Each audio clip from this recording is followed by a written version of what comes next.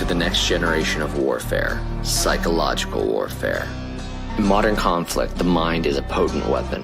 Discover General Michael T. Flynn's groundbreaking guide, The Citizen's Guide to Fifth Generation Warfare. Unlock tactics, strategies, and the mindset to navigate this cognitive battlefield that we all find ourselves in. Equip yourself against manipulation and emerge unscathed. Unleash your potential. Order now.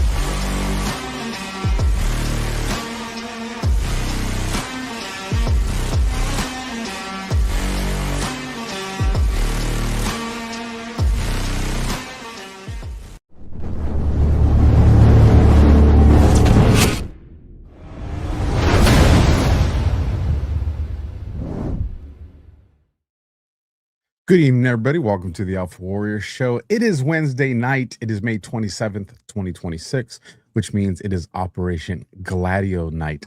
We are on chapter 98, part 3 of what is Permindex. This is going to be interesting. It might even get a little spicy, so I hear. We will see. But before we get into that, folks, do me a solid. As always, smash the thumb, hit the heart, leave a comment, and share this out. Let's get as many eyes and ears on tonight's content with the Colonel. And again, if this is your first experience to Gladio, or this is the first time you're hearing the Colonel speak or talk about Operation Gladio, down in the description on whatever platform you're watching is all the links to follow the Colonel on the different platforms, as well as the link to the playlist. So you can watch all other 97 chapters of Operation Gladio. But before we do that, let's pay some bills and we'll be right back. Science proves that a healthy immune system is the body's first defense against the smallest of ailments to the most catastrophic. Coriolus versicolor is the most sought-after, all-natural supplement for both humans and pets to help boost the immune system. There are over 400 studies worldwide on its effectiveness in humans, including Sloan Kettering Cancer Center, MD Anderson Cancer Center, and now from the University of Pennsylvania School of Veterinary Medicine. Together, we can help reverse this terrible tide now plaguing your loved ones and give them the immune-boosting supplements that they need.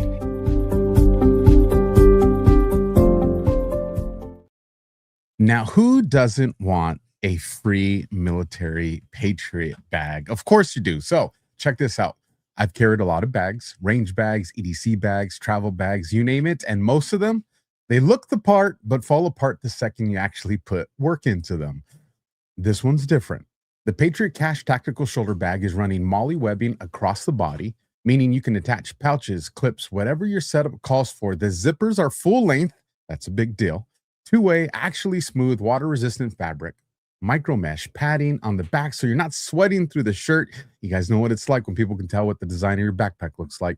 And it's fully adjustable. Designed in the USA with actual military use in mind, not just the military aesthetics. Here's where it gets interesting.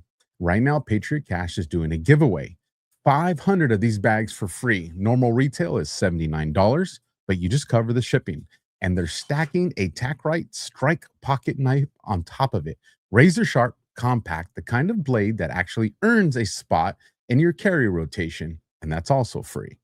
Look, not going to oversell it, even though I get pumped up. It's a sling bag, but it's well-built sling bag from a company that actually gives a damn about quality. And right now, it costs you nothing but shipping. That's a hard deal to argue with. So, folks, the link's in the description. Get patriotcash.com/alpha. Grab the bag, grab the knife, and go actually use it for something. That's the whole point. And again, last night when I checked it, I think it was under 100 bags. So get it while the getting is good. Again, patriotcash.com/alpha, and that's cash, CACHE.com/alpha. Free military shoulder bag plus the pocket knife. You just pay the shipping and handling. And now it is Gladio time. So let me bring up the Colonel. Colonel, I'm excited. We're going to do Gladio. Going to get a little spicy. Where are we starting?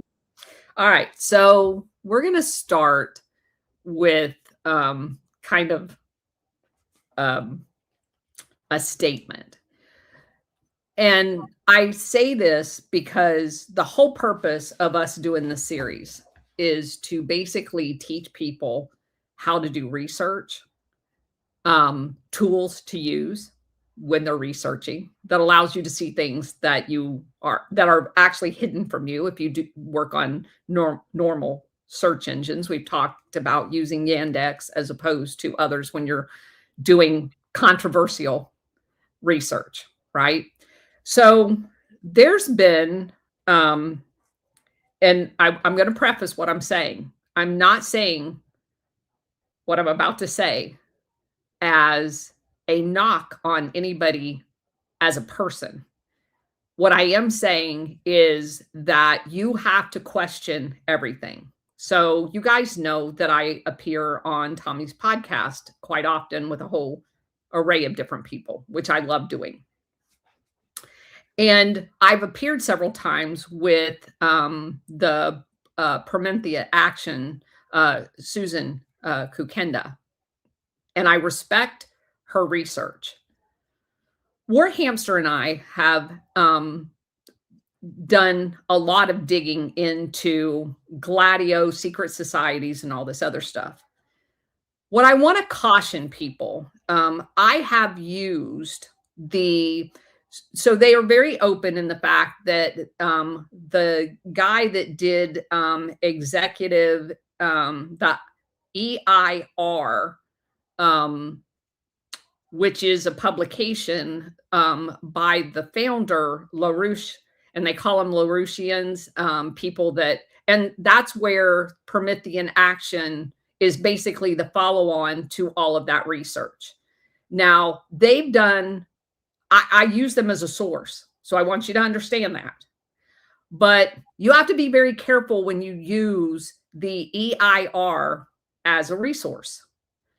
Because just like you see in much of the presentation for the follow-on Permindex Action, they focus strictly on the City of London.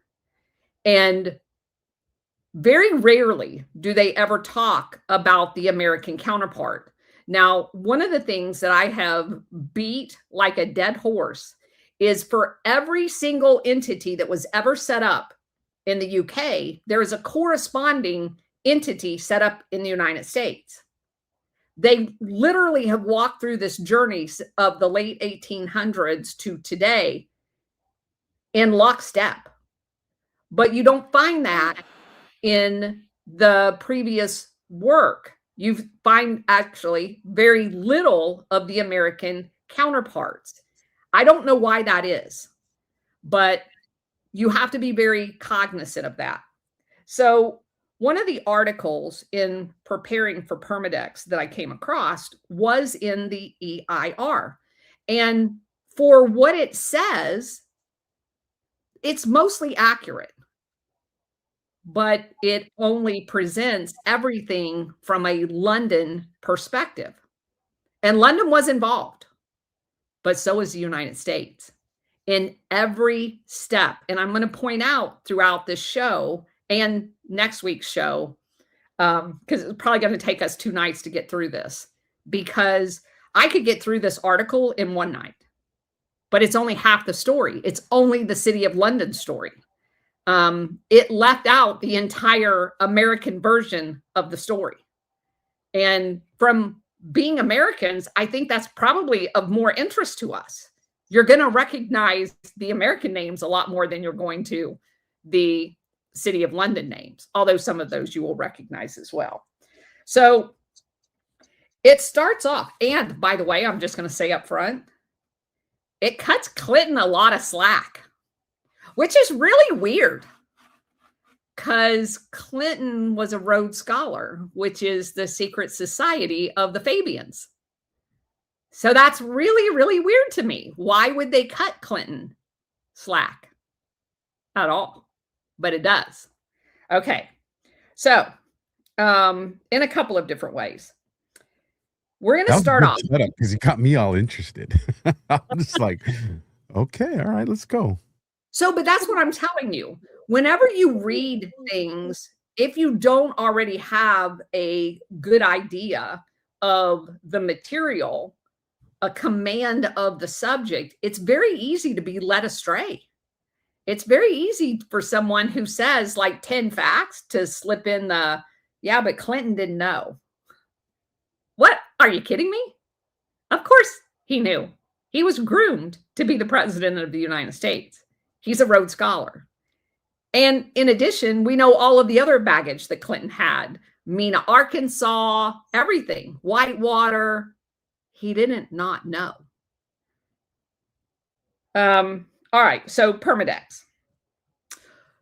We know about Permindex primarily from the investigation that Jim Garrison did into the assassination of JFK. And it, by the way, is the only legitimate investigation ever done into the investigation of JFK.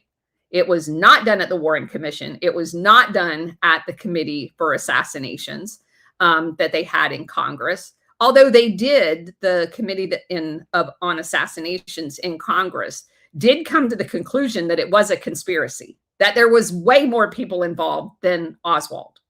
And most people don't know that either. Just like with MLK's assassination, where it was like, no conspiracy, here's the guy that did it. In the 1990s, the family had another investigation done, and a jury decided that, yes, it too was a conspiracy. It was not a lone gunman. And that's very, very important, because that's the piece that's always left out of the conversation. The Congress did find that there was a conspiracy behind the assassination, but they never explained what it was.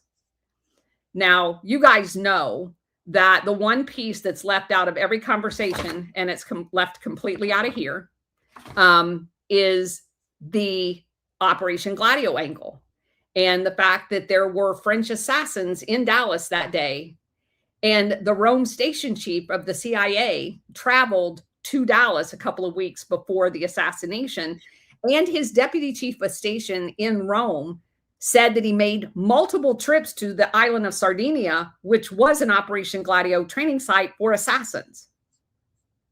That seems really relevant.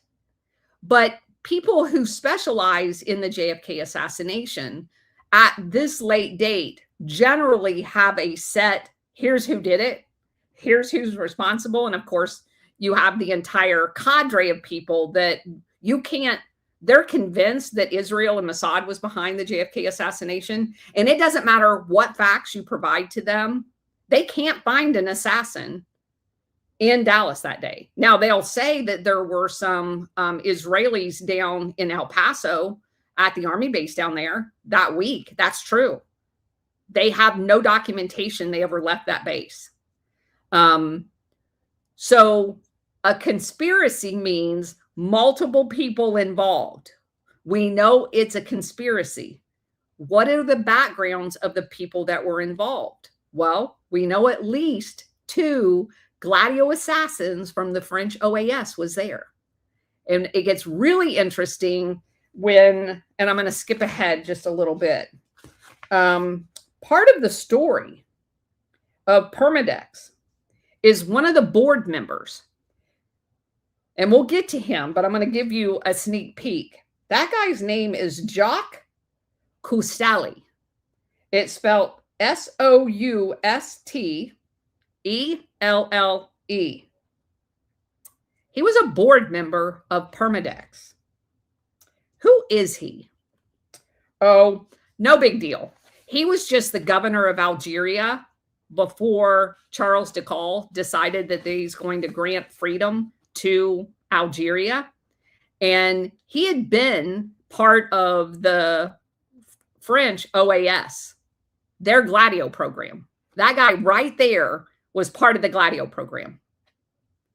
And he broke with Charles de Gaulle and was involved in some of the assassination attempts against Charles de Gaulle because he had been the governor of Algeria and did not want Algeria to have freedom. And JFK was helping Charles de Gaulle in supporting him granting Algeria their freedom. Okay, so this guy was a governor of Algeria. He knows all of the French OAS and 11th Shock troops that staged the civil war in Algeria after Charles de Gaulle decided to grant them their freedom. And he's a member of the OAS, which were the French assassins, 2 of which were in Dallas. He's a board member of Permindex. Okay, as a reminder, And you can see as you go down through his biography, it actually says he was in the OAS. Yep. It goes, you see it? Well, I saw none. That's a special services branch. Let's see.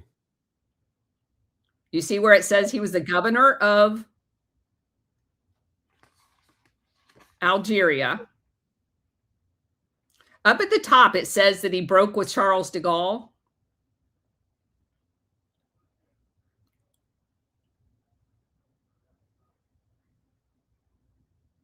Do you see that part?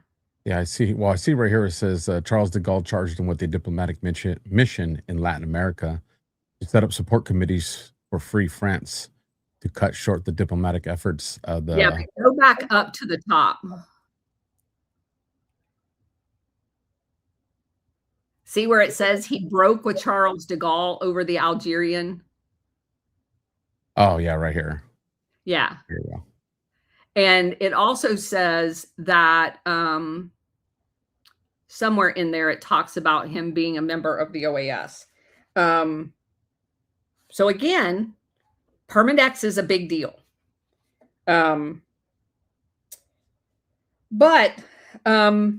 I want to mix in a couple of other things.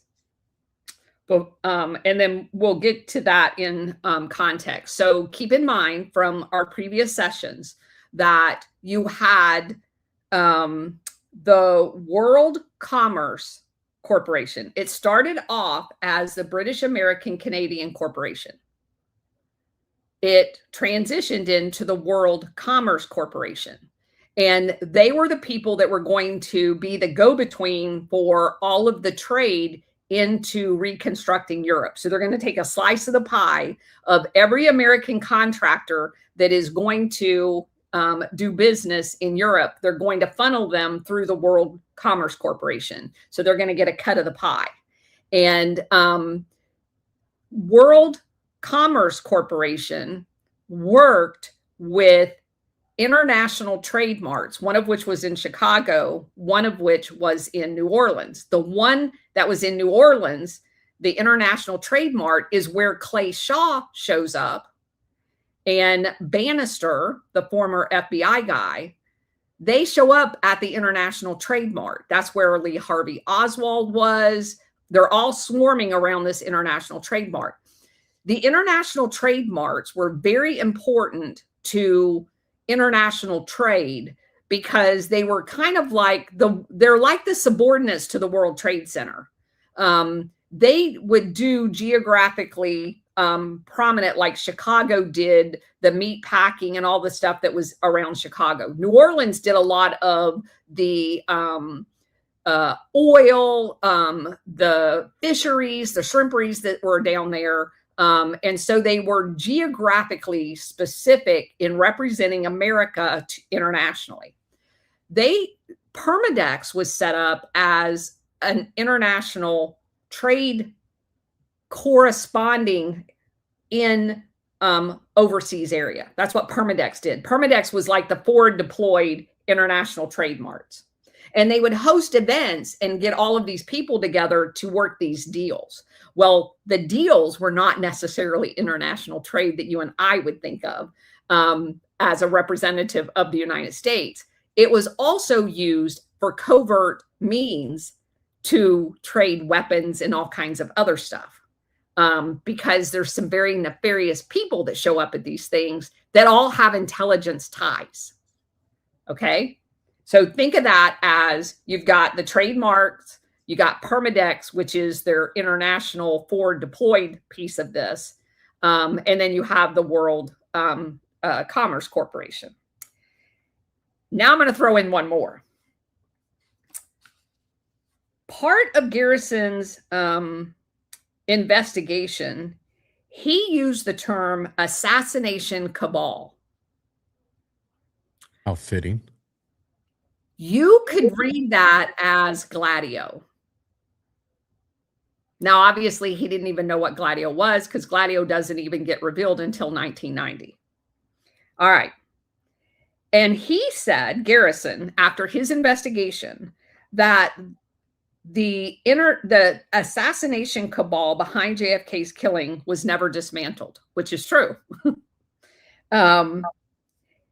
He also said that the people involved in Garrison's investigation,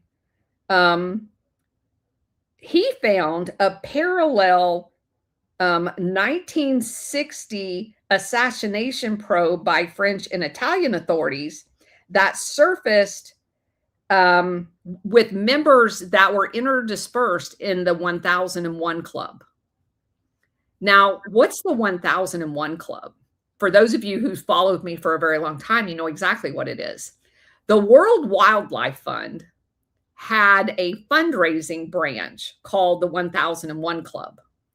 And the 1001 Club was basically they call it a nature trust.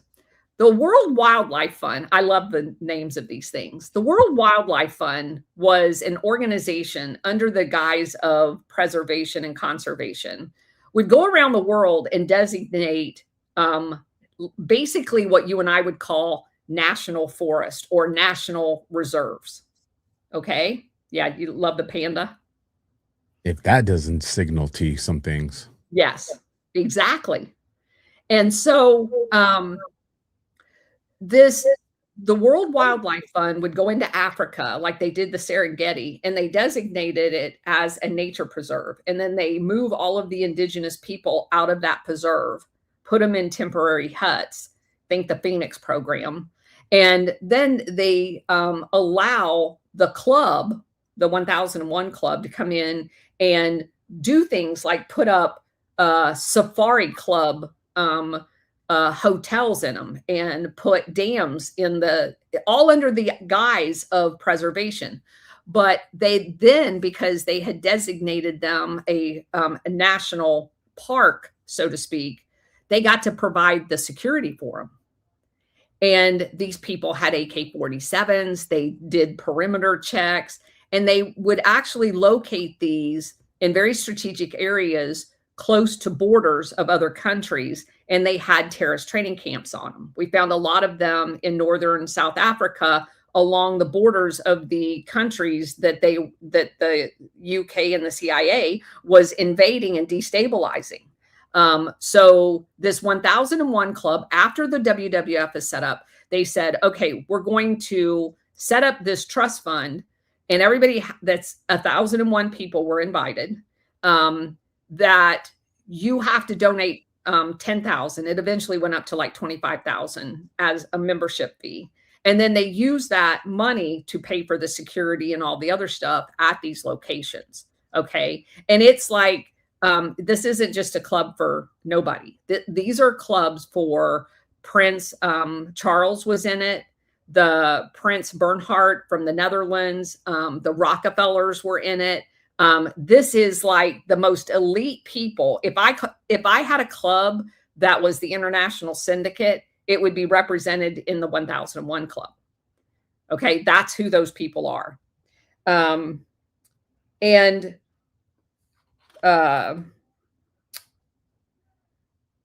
see. It was by invitation only. And let's see.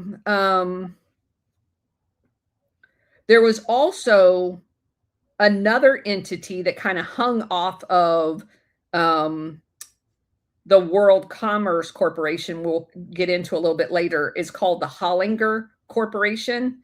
And all of these people have intelligence backgrounds. So the article spends a little bit of time talking about Shaw, and everybody knows now that Shaw was not convicted as part of this. The argument that the article makes is that Shaw was tried on the charges of there being a conspiracy, but was found not guilty. He makes the charge that one of the guys by the name of Lewis Mortimer Bloomfield, who was part of the founding group of people that created Permindex, would have been a great person to have as part of the investigation that was being done in New Orleans. He also says that almost immediately after the assassination, Garrison had opened a quiet probe into the New Orleans angle because, of course, Oswald was there in New Orleans. And Garrison thought that was really odd. Also, it says that following his arrest, Oswald had been initially referred to a New Orleans attorney by the name of Dean Andrews, by a guy called Clay Bertrand. But Garrison made the argument that Clay Bertrand was actually Clay Shaw. So Oswald gets arrested, and that Clay Shaw, i.e. Clay Bertrand, was the one that referred him to Dean Anderson. The probe placed Shaw as the director of the New Orleans International Trade Mart and a member of Permindex. So that's very important. And of course, David Ferrari was also part of Clay Shaw's investigation. David Ferry was part of the Civil Air Patrol that was later, there's a photo that shows him with Lee Harvey Oswald. When Lee Harvey Oswald was a teenager in New Orleans, he belonged to David Ferrari's Civil Air Patrol squadron. There's a picture of them together. That picture was not available at that time. And so it's also very interesting that the guy that owned the school mart set up the Civil Air Patrol. Isn't that weird? It's making sense, though. Yeah. Okay. So the next area that he goes into is, of course, he talks about how a whole bunch of people die. And we're very familiar with that, too. Whenever they start looking into something that they think they've hid their trail, but they start talking to people, people start dying, right? So Bannister had originally been an FBI agent in Chicago, which is very interesting because that's where Jack Ruby comes from, right? From the Chicago mob. And Bannister mysteriously dies. And so does Ferrari. Cleanup duty. Cleanup duty. Clean up on all five. Okay. So people are starting to drop dead now. And it says the first booking form that was filled out in New Orleans police headquarters the day Shaw was arrested was a police officer, and I don't even know how you say this guy's name, Aloysius Habixhorst. Yeah, he's a veteran of the police department that booked Shaw on March 1st, 1967. When he asked Shaw if he had ever used an alias, he said he had used Clay Bertrand as an alias. However, the trial judge in Clay Shaw's trial refused to allow the booking form to be presented to the jury and would not allow the booking police officer to testify. What? Yes. Okay. And just so that you guys are following along with me, you know, the whole Jesuit part of the Catholic Church and blah, blah, blah. Well, Edward Haggerty is a Loyola University Jesuit. And you find, obviously, the Jesuit side of the Catholic Church spattered throughout Operation Gladio. So it's probably relevant. It's almost like these old factions are at war in the modern day, just with different uniforms. Yes, exactly. Okay. It's like figure out who the Jesuits are, figure out who the Templars are, figure out who the Skull and Bones are, figure out who the Fabians are. Yeah. And it really tells a completely different story, which is, and the Pilgrim Society, all of them, Scroll and Key, all of those things.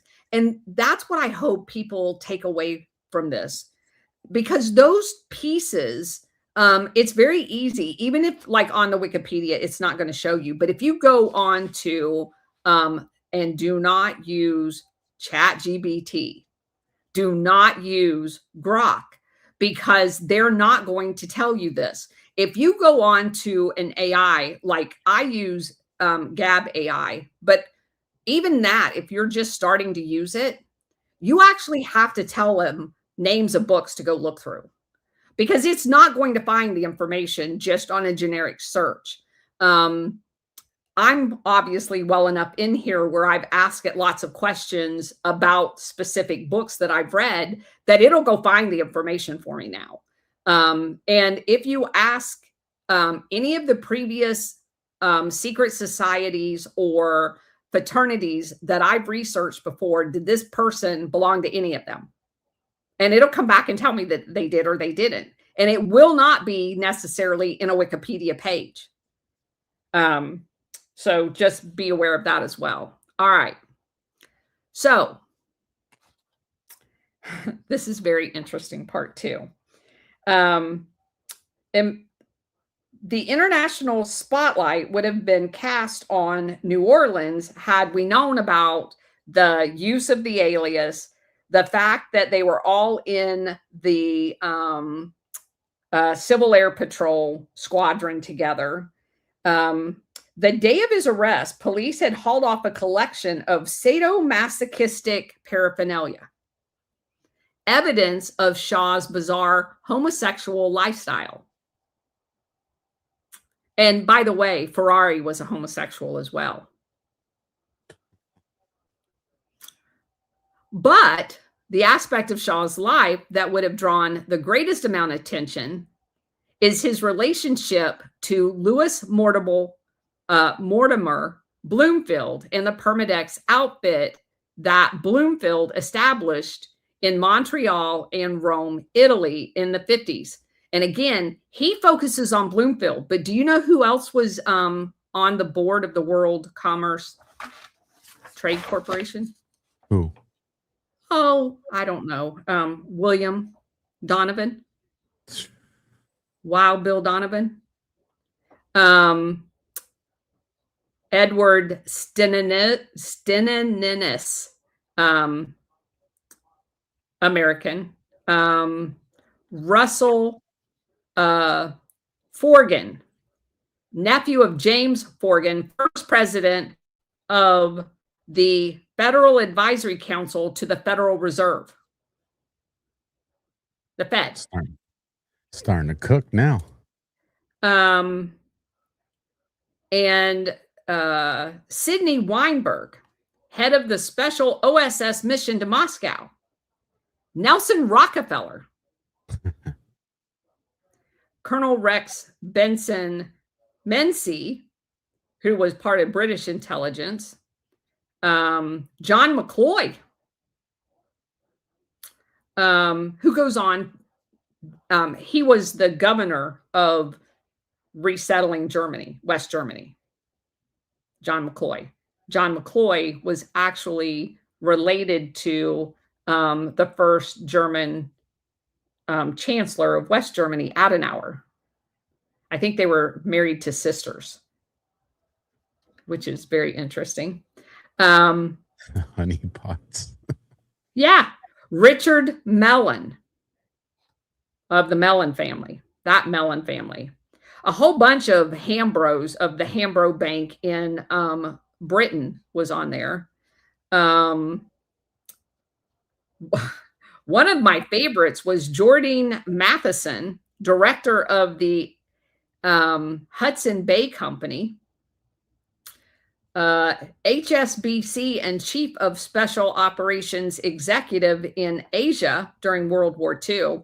So this Jordan Matheson, the HSBC is the money laundering bank in Hong Kong that they use for opium.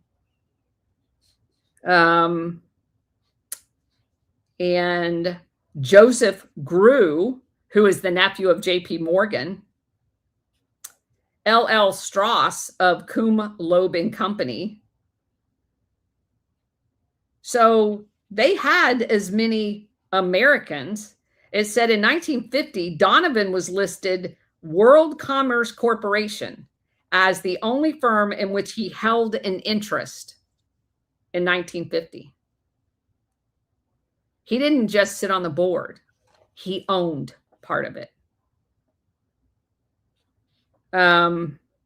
So a lot of Americans, right? Not just British. Prominent Americans. Which, where are they? Where are they? Okay. So there was, let's see. Let me get to my place here. All right. So we've made a lot of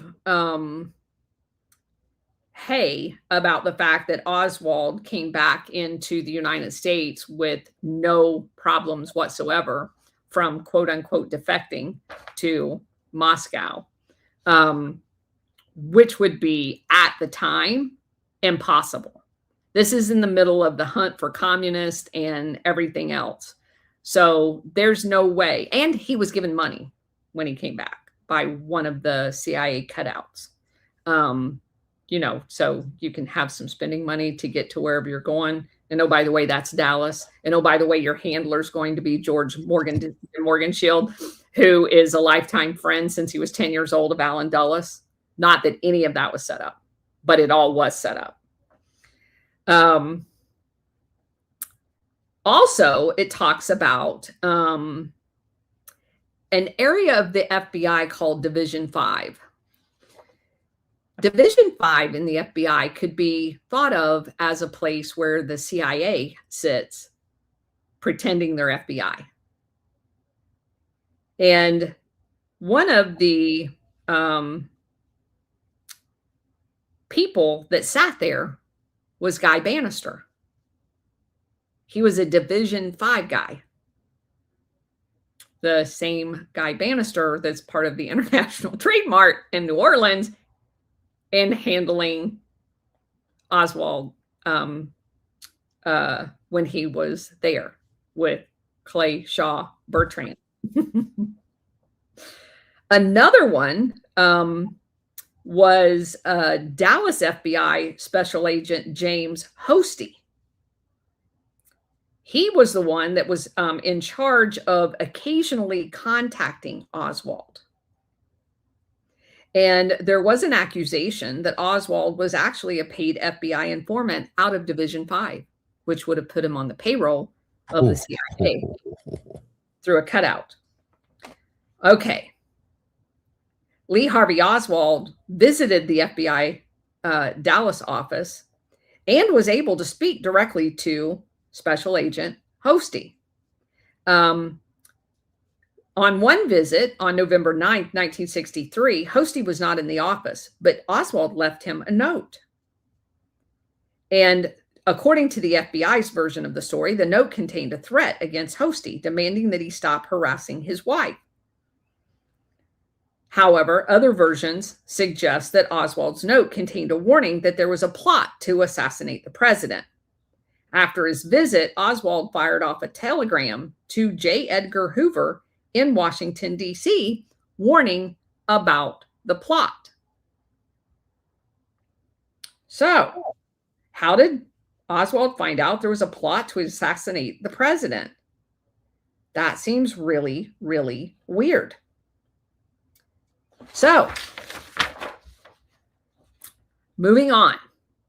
let me just read something because I remember this coming up in one of the documentaries that I saw because I was like, I know I've heard this Hosty name before, and it's from the Warren Commission. It says Hosty told the Warren Commission the truth about Oswald's hostile letter and that he had destroyed it on his superior's orders.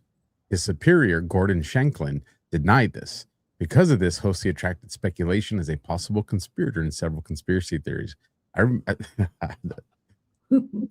Yeah. So in this article, it says that it confirms what you just said about ordered to destroy the note and a memorandum that Hosty had prepared on Oswald right after his arrest in Dallas on the afternoon of November 22nd. Shanklin told Hosty, Oswald's dead and there can't be a trial now. Hosty flushed the incriminating note down the toilet.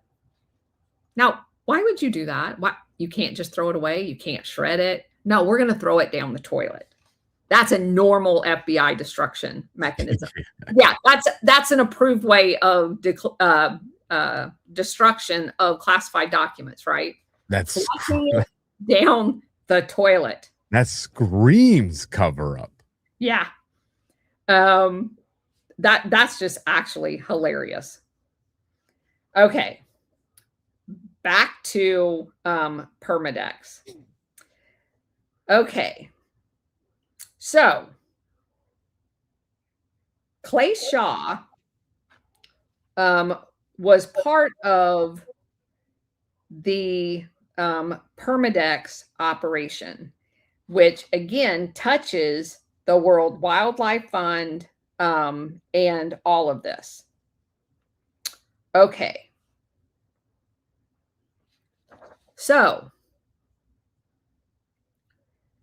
in here it says the late Major Louis Mortable Bloomfield, who is the guy that this article says is in charge of World Commerce Corporation, but we know that there's other people that actually own it, like William Wild Bill Donovan.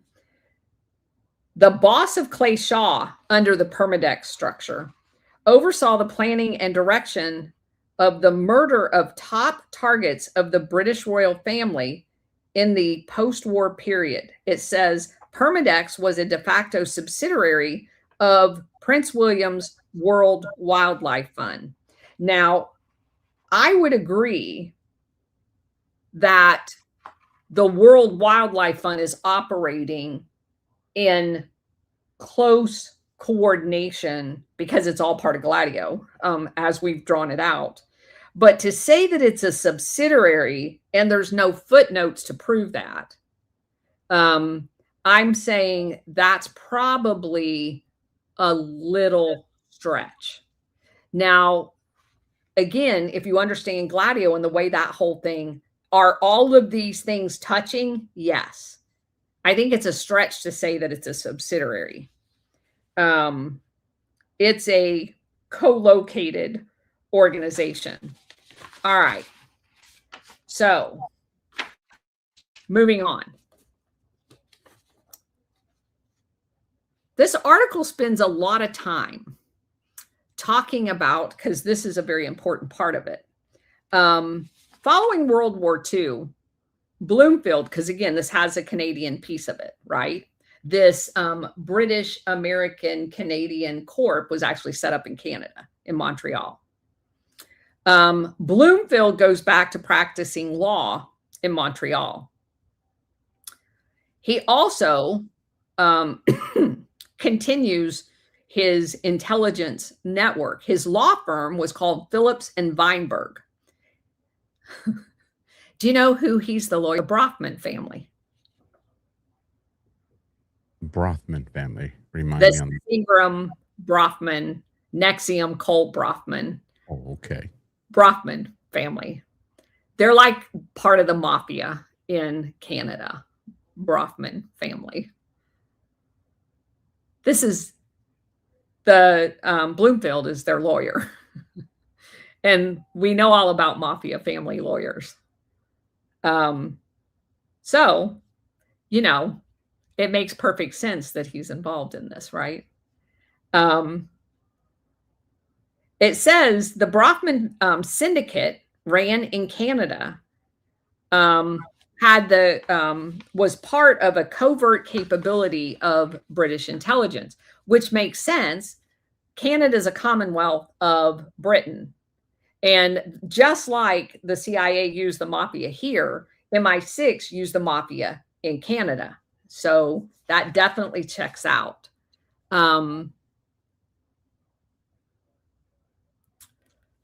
To facilitate his operation, Bloomfield became the chairman of the Canadian subsidiary of Credit Suisse.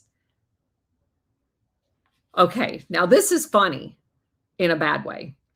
Credit Suisse is one of the official banks known for money laundering for the narco trafficking and weapons trafficking. It also is the bank that Oliver North used to money launder for Iran-Contra. That Credit Suisse. And this guy's running the branch in Canada while he's the lawyer for the Brofmans. Mafia, who needs a lot of money laundering. A whole lot of coincidences right there. Is that weird? He also was a representative of Israeli Continental Corporation and Heineken Breweries. Huh. And if you look up Israeli Continental Corporation, it had to do with shipping. And it looks really familiar, like a front company for money laundering, which is really weird because this guy, he also became this Bloomfield guy. He also becomes the consul general for Liberia and the director of the Israeli-Canadian Maritime League. Now, do you know what happens when you become the consul general for a country? You have diplomatic immunity. And weird that it's Liberia.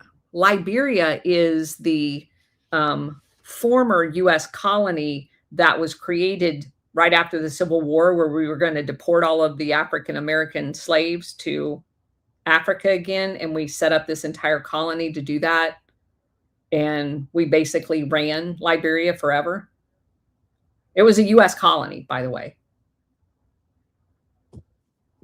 And it just so happens that at this time in the 50s and 60s, Liberia was the Panama.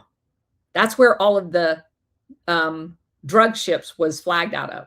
Before Panama became Panama, it was Liberia.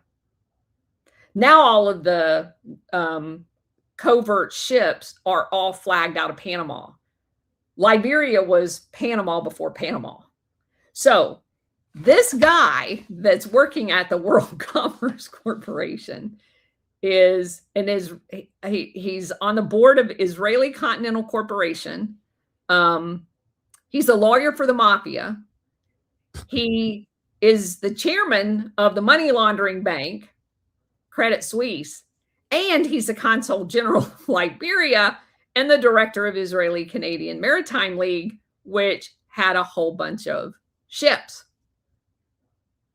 Isn't that convenient? It's ridiculous. Yeah, I thought so too.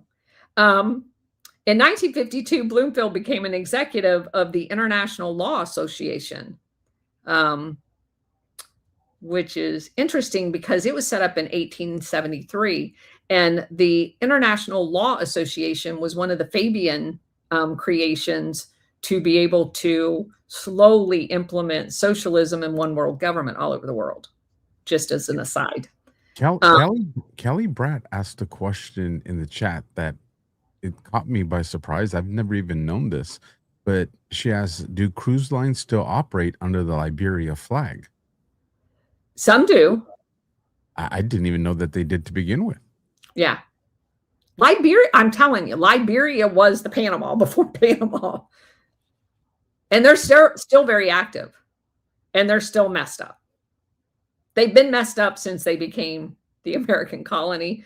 Supposedly, we left them on their own, which we never did. And that's the one. I don't know. I'm pretty sure we talked about it on one of our very early shows when we were talking about this operation all over. But Liberia, after they deported, or you can't call them deported because they volunteered to go, after we set up this colony in Africa called Liberia, it wasn't even the original name. We just made up that name. The blacks that went over there, because they had all been in America, and the blacks that were indigenous to that area didn't like them because they knew a lot more than they did. And because a lot of them had been educated on plantations to read and stuff like that. You go look up late 1800s Liberia pictures of the people that we put in charge in Liberia. They look like they're on a plantation as the owner. They enslaved the indigenous blacks in Liberia. They supposedly escaped slavery, went to Liberia and recreated plantations, enslaving the indigenous people there. And they're dressed up looking like they could have walked right off the veranda of a southern plantation. And even the architecture looks like that. It's the craziest thing. They've got the antebellum skirts with the tight waist and everything. They basically just recreated Southern slavery in Liberia, only they were in charge of it now.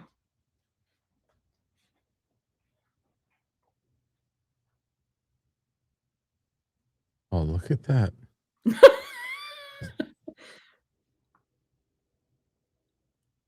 Yeah. Yeah. See the one indigenous guy back there? Yeah. Yeah. But look at the others. Those are all former slaves from America. It's the craziest thing. And there's a lot of pictures like that. There is. There's a lot of pictures. Okay.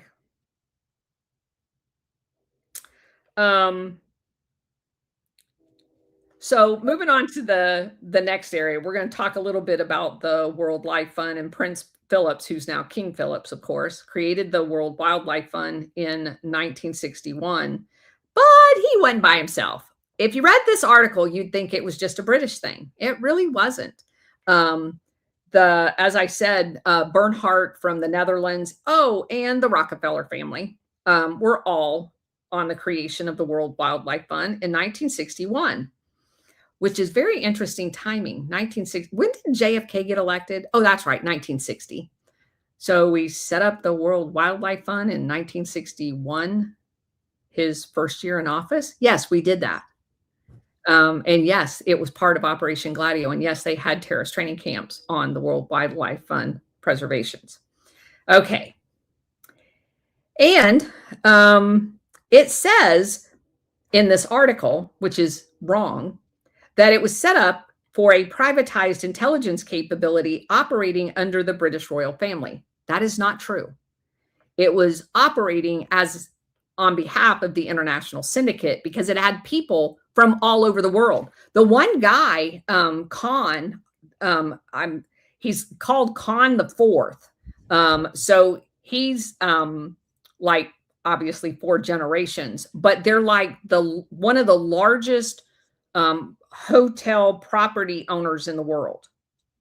He's not British and he's not American. They had people from all over the world. The World Wildlife Fund in the 1001 Club, like I said at the beginning, is indicative of the international syndicate. It is one of the very first things that I read about where I came up with that name, international syndicate, because it's literally all of them, not one country, not one person. But you wouldn't get that if you read this.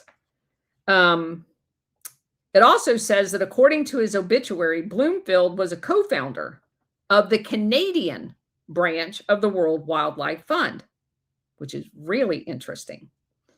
He also served as the vice president from 1970 to 78 and a director from 1978 until his death in 84. Bloomfield was also a member of the 1001 Club that was created 10 years later in 1971 to fund the World Wildlife Fund slush fund.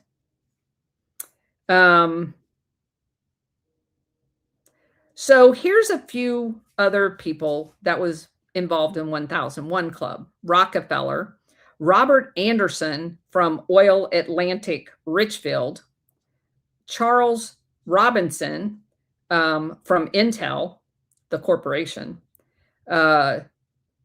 John Loudon from Dutch Shell, US, not the subsidiary, the main company in the Netherlands, the Dutch Shell part that's in the US.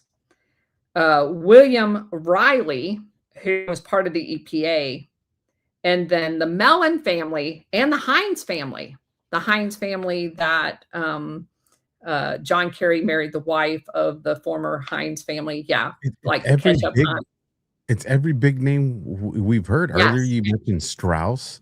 Now it's like, yes. It's all of them. It's all of them. And that's where you come up with the international syndicate. And again, why when you read these things, you have to actually look up the information. If you read this article, you would think this is 100% a UK thing. And that's why I say whenever somebody, and today when they say the City of London, the City of London, the City of London, it is not just the City of London, people. I want you to know that. And I'm not saying everything else after they say that. Everything else after they say that, I've not found any of it that's not true. But when you start off with it being the City of London, that's false. That's categorically false.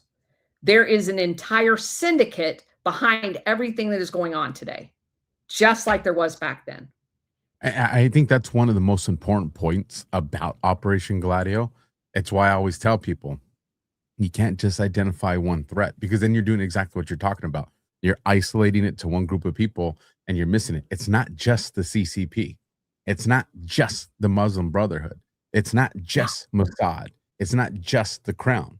And when you start to realize that, and you can look at these as, oh, wait, you're telling me that there's another layer of strings above all those people? Then you start to be like, okay, I think I see what's going on here. So here's what I have always said.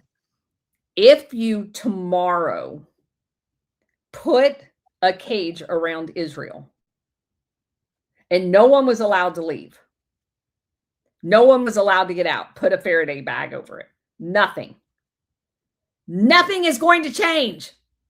The same shit's still going to go on. If you did that exact same thing to the UK, they can't call out, they can't order assassinations, they can't do anything. Faraday bag over the entire island. The shit's still going to go on. Those are nodes. Are they control nodes? Yes. Well, here's the other thing. Nodes. Here's the other thing about them being just nodes. It's the nodes that the main players have determined as expendable. And that's why you know about those. It's exactly what we see at the low level. They're just doing it at the high level. When you have when the cartels are going to bring massive loads across the border, guess what? They have obvious ones that are going to get stopped by Customs and Border Patrol, and it's going to look like a big bust. Holy smokes. We got 100 pounds of fentanyl here. Huge bust. And it is a huge bust. But what you don't know is the semi with 1,000 pounds, 10,000 pounds that are all going because everybody's over here doing the photo ops, getting ready to bring the dogs out for the newspaper headlines because it's a huge bus, but it didn't compare. And so when you see the obvious in anything that's Operation Gladio, or any of when people say, oh, it's just London, it's just this. No, you got to peel it back another layer to see what's really going on. And if you stay focused on one tentacle of the octopus, you can cut that tentacle off and the octopus is not going to die. To your point, they can operate just fine with one less tentacle. And that's why it's critically important to understand the entire network. Okay. And again, I'm not going to go through all of these because, again, most of these are all focused on the UK piece of this. How much longer do we have? Like 15 minutes? Yeah, about 15 minutes is good. Okay. So I do want to go through a couple of them where Permindex and the 1001 Club overlap. There's a guy, and we'll talk more about him next week, David Oglesby. He was the founder and advertising firm called Ogilvy Mather, which worked out of Stevenson's New York City office during World War II when he was running the special operations executive there, and serving as a liaison to the OSS. Oglesby and Stevenson were both part of the founding of the British American Canadian Corporation that gave birth to the World Commerce Corporation. Okay. Oh, and by the way, they talk about this place where they worked in New York. Do you know where they worked in New York? In the Rockefeller Building. Of course they did. Yeah, of course they did. And also, World Commerce Corporation had an office in Panama in 1947. Isn't that weird? Like right after the war, you run down to Panama and set up an office? Like where you're going to be shipping drugs through the canal? Oh, okay.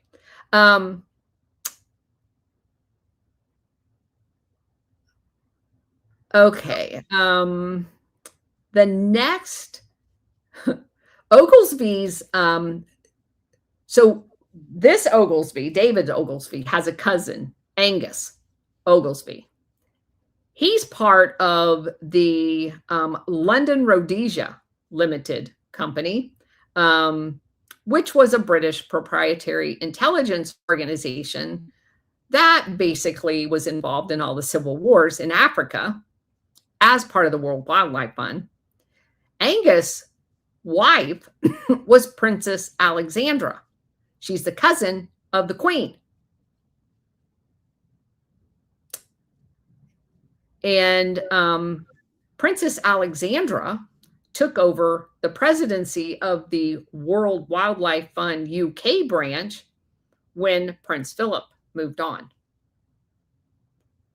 So we're going to keep it all in the family.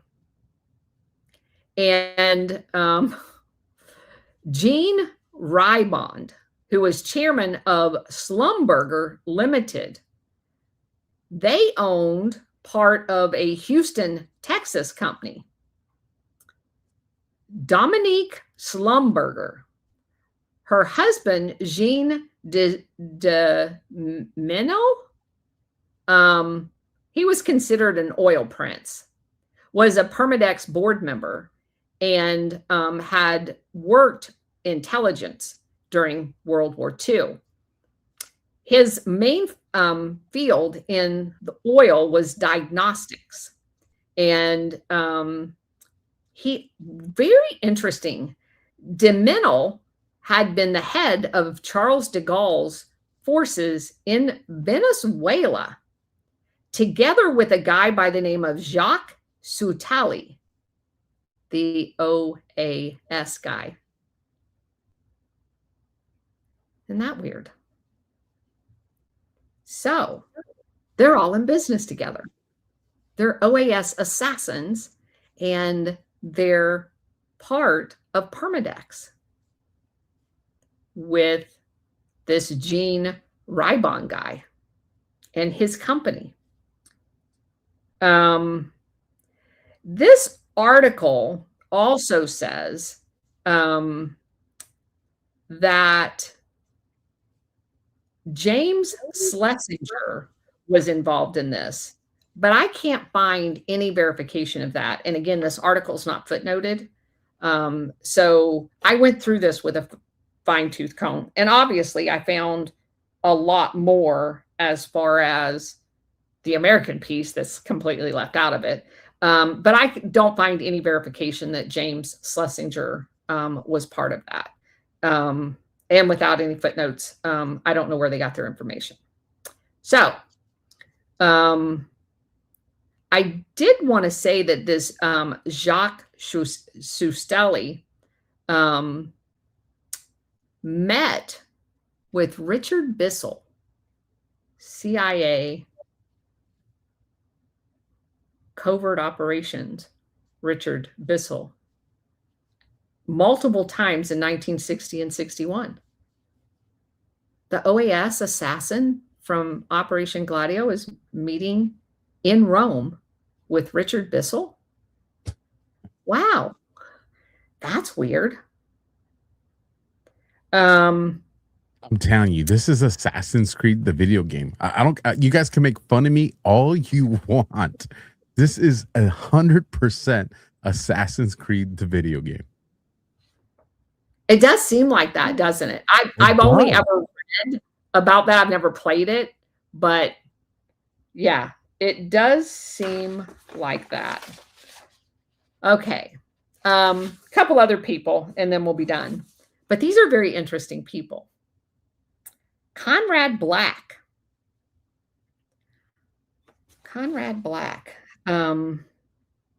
Very interesting. And here's a little side note. The author, LaRoche. Conrad Black is coordinating the scandals against Clinton. I'm sorry, but Conrad Black was not coordinating scandals against Clinton. Clinton had enough scandals of his own. He didn't need anybody to coordinate it. But you see what I'm saying? It's almost like he's simping for the Clintons. He's completely watering down anything that had to do with them. Yeah. But here's the most fun one. Edmund Safra. How many people in the audience knows Edmund Safra? Let me tell you what they say here about him. You can pull him up, though, because he's very, very interesting. The article says he's the money man whose wife sat on the WWF International Board of Trustees and who was part of the General Brothman apparatus. Oh, Edmund Safra is much bigger than that.